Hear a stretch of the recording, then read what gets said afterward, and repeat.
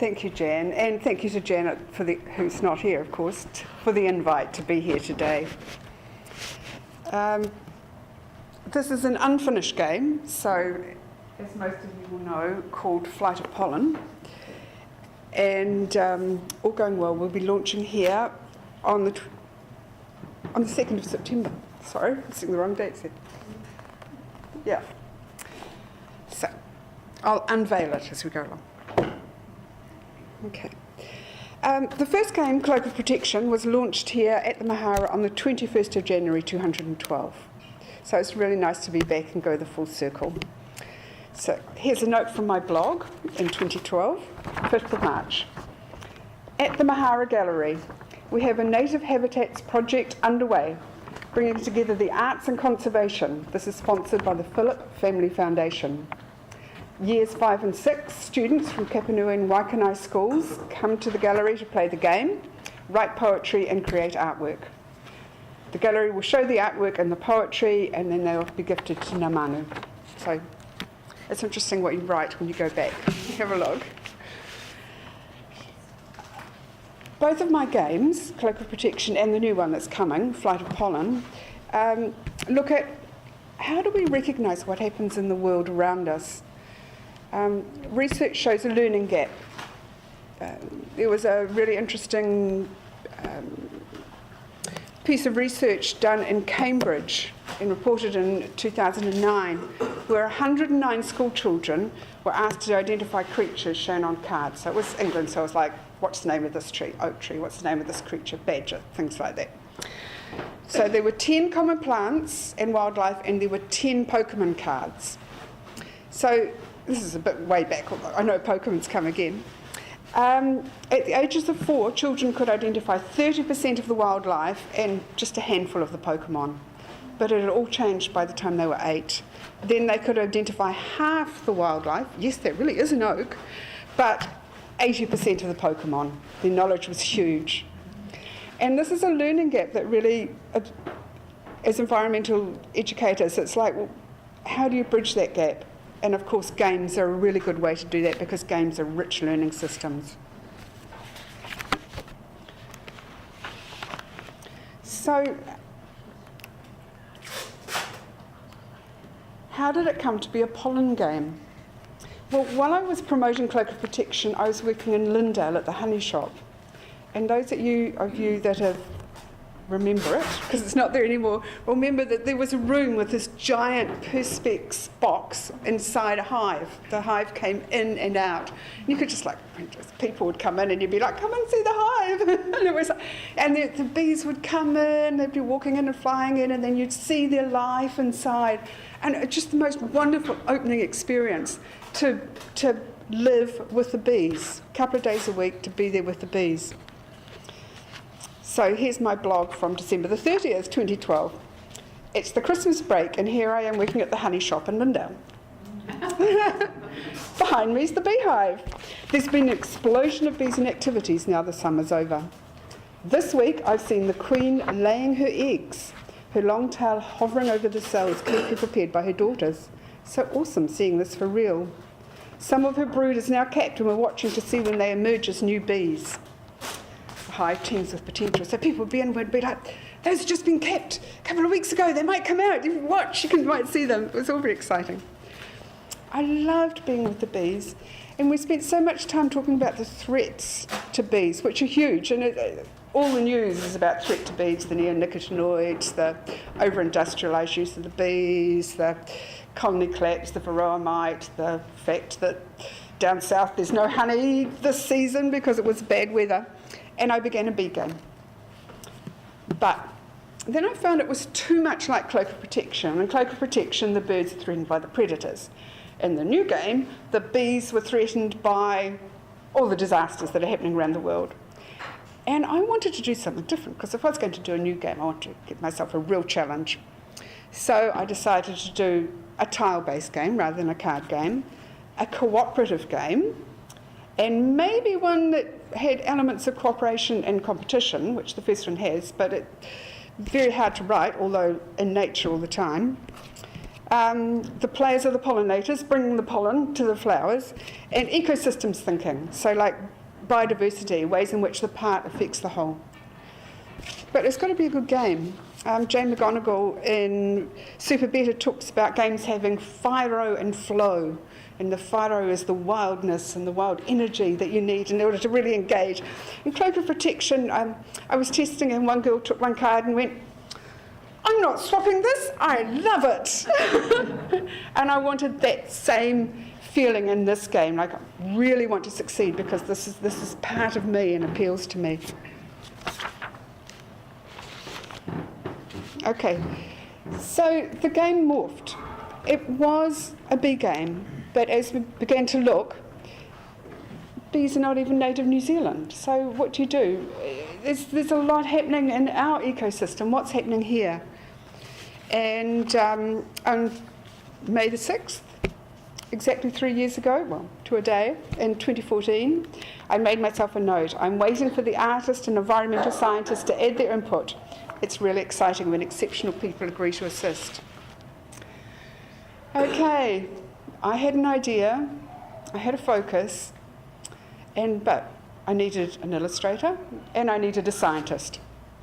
So I asked Janet who she would recommend for an illustrator. Morgan, who'd done the first game, didn't do flowers. That was it. So Janet suggested that I ask Krishna McGeehee, who is here today. It turned out, in the strange loop that is Waikanae, that Krishna already knew Don, who's been the graphic designer for both my games, and that he had encouraged her to put her art into the Mahara exhibition in 2011, in which she won the People's Choice. I brought the art here. Oh, Krishna, give me the art to show you. Just so, and you can see Krishna's incredible detail. This was the rival for the Inner Box exhibition. Krishna tells me it was in a box and it was out of the box because the rival's the only one with the bill that turns to the right in the world. So beautiful, detailed work. Could she do a game? Well, that was the question. Can we maybe put that on the chat? Sure. It is incredibly beautiful. When we turn the lights up again. We'll leave that for the information. Thank you for bringing it, Kushla. What I didn't know and couldn't know, because Janet knew, I knew, we'd all seen this piece of art and all Udin art and voted for it, of course, that she could illustrate. What I didn't know was that Kushla had already worked as an illustrator. Now, this is way back when her mother used to make remedial reading books. So her mother really wanted children to be engaged and didn't want like just boring lists of things. So she'd got her daughter to illustrate things. This is in the days before computers. This is her Apple book that she made as a teenager. And it's got beautiful illustrations inside. You can see, just adorable. Yeah, the thing about, these, I mean, it's just the most beautiful book. It's full of life and energy and pulls you into the language, which is such a gift. And Janet and I didn't know, so it's amazing. Because when you come to illustrate for a game, it's not like botanical illustration, it's not like book illustration, it's not like doing a drawing. There's a different life force that has to come to the game. And in talking to an illustrator, you're asking them to actually be realistic and engage, like, do good art. But good art for my purpose, not their purpose. And that's a real challenge. So I just got some of Kushla's art here that she did. So you can see the jump from there to there. She's actually going to have an exhibition here on the 4th of August. But I thought you might like to see just, because we couldn't do a slideshow because there's no space on the walls, how she used her incredible detailed building of acrylics up to build illustrations. So, I mean, everybody's fighting to have these players. Those are the daytime players, and you can see we've got the fly here as one of our pollinators, which is very interesting. And here's the nighttime. I'll put this here as well.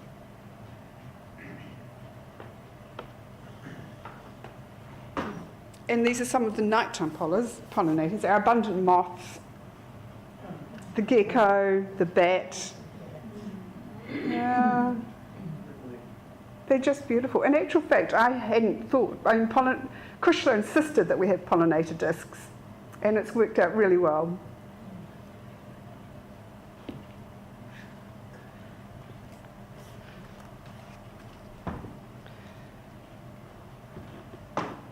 Okay, but there was something else I didn't know about Kushla, which turned out to be very useful.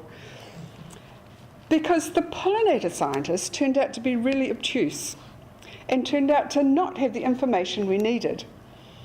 I complained to an environmental scientist, a university lecturer that I met. I was coming back from Invercargill, where my dad lives, and we picked him up at the Invercargill airport just off the Stewart Island, still in his boots and, shorts, and we were talking about things, and I went, the pollinator scientists don't seem to know enough to actually make a game. He just laughed. He's like, yeah. I mean, to be fair, they've caught up with us. But it didn't help me at the time, because we needed to know about biodiversity, and it came to, we needed to know about biodiversity in the New Zealand bush. And it turned out that Kushla, in her French degree, had done an intensive course in research methodology. In fact, her lecturer at the time had said, I will back my arts students against a science student any day because they're more flexible. It was very interesting because, when I get the information, then I turn it into gameplay, but you have to have the information, you have to actually know what's happening. So Kushla took to this like a Trojan. She sat on her computer, even though she was on slow broadband, and she began to research across the world. Research papers there, putting them together, pulling the information out. We had some of the New Zealand science, but we weren't, and then she'd find something and read it, and it would be like 10 years ago, and it was no longer relevant. The science is, money's pouring into bee research, but the actual research about who's pollinating, where's it going, what's it doing, is actually very current and moving all the time.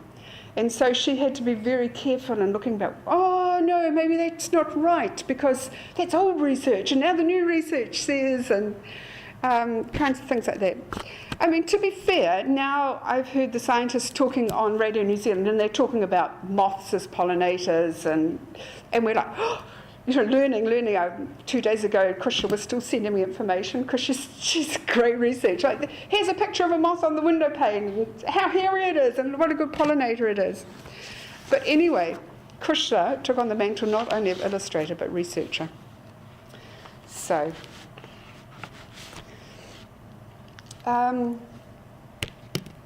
I'll just show you, there's two more, just to show. So you can see that this is the Nio, so the aim of the game is that you turn the tiles over. You cooperate to pollinate. When they've ripened, you turn them over, and then you compete to collect the berries. Right, the two teams, day or night. So this is the Nio, which is typical of New Zealand flowers in the bush, open, inviting, takes all comers, sturdy enough to support everything that wants to feed off it. And then these are the beautiful berries that come from it. So you can see I got my illustrator who knew how to make things compelling. Very grateful. Well, I've been working here at the Mahara as a weekend person, when a couple of my friends said, would I like to go and do a house sit in Waikanae Island on the beach there? And it turned out for 7 months. So, I was like, yes! Great chance to work on gameplay, great chance to take all this research and try and make something of it, see what happened. So, February 2015, off I went. I had a little bit of money. I also had a grant from a friend in the name of his mum who just died, Diane Chandler, and I was armed with a research folder from Kushla. So off I went. But it didn't stop there, because Kusha and I were then on the phone a lot, and I found Kusha incredibly intuitive and intrepid as a researcher. I would be thinking like, oh, I'd just like to do this, and I'd be ringing her up and she's like, just found this.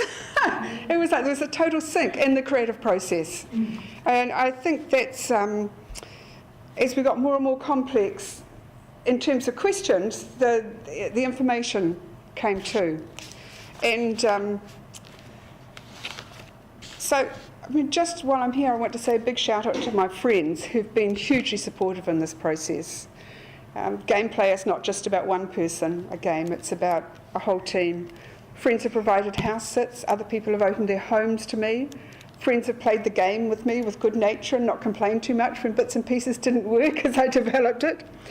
A friend even gave me a car. And other friends have been buying and promoting Cloak of Protection to keep me going. I'm really grateful, because New Zealand may be a small country and I might never make a fortune selling environmental games, but I have to say I feel exceptionally enriched and blessed in the making of the game by the support that I've been given. Okay, so the game. The illustrations were completed in April 2012. This is Don's logo for the game. And we hope you like the graphics, because Don and I then spent a year arguing. He's my graphic designer. He knows what looks good. I'm the game player. I know what we want to play in the game. And it's to communicate those, and for me to trim things back so that they could be communicated well, and for Don to take them so they could be playable, was a huge challenge. And yeah, if you can't see what we've done, then it's good, because we've done our job properly.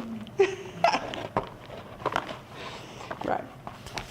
So these are the tiles, which I'm going to pass around so you can have a look.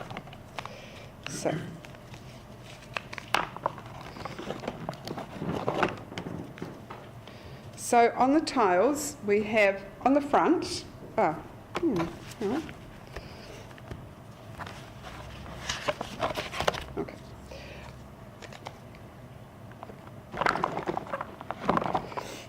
On the front, we have I was playing them at Kapiti Board Gamers group on Friday, and I forgot I hadn't sorted them, but they were very helpful. On the front, we have the plant, the illustration of the flower. We have the amount of pollen needs to be carried and the people who pollinate it, of course. And then when that's pollinated, it turns over, and this one turns over to blue, so this is wind moved. Where's this one? So these are for you to have a look at.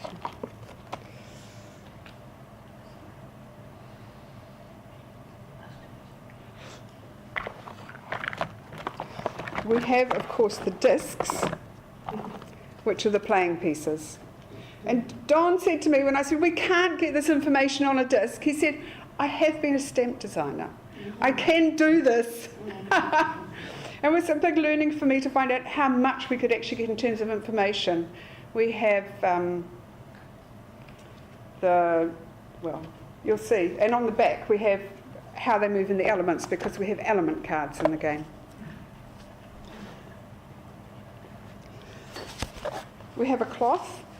So this is the ground cloth. So a bit's been cut off it because someone's gone off to find some canvas to print on. We're in that process. And those are our pieces. And then the game is in 4 chapters. So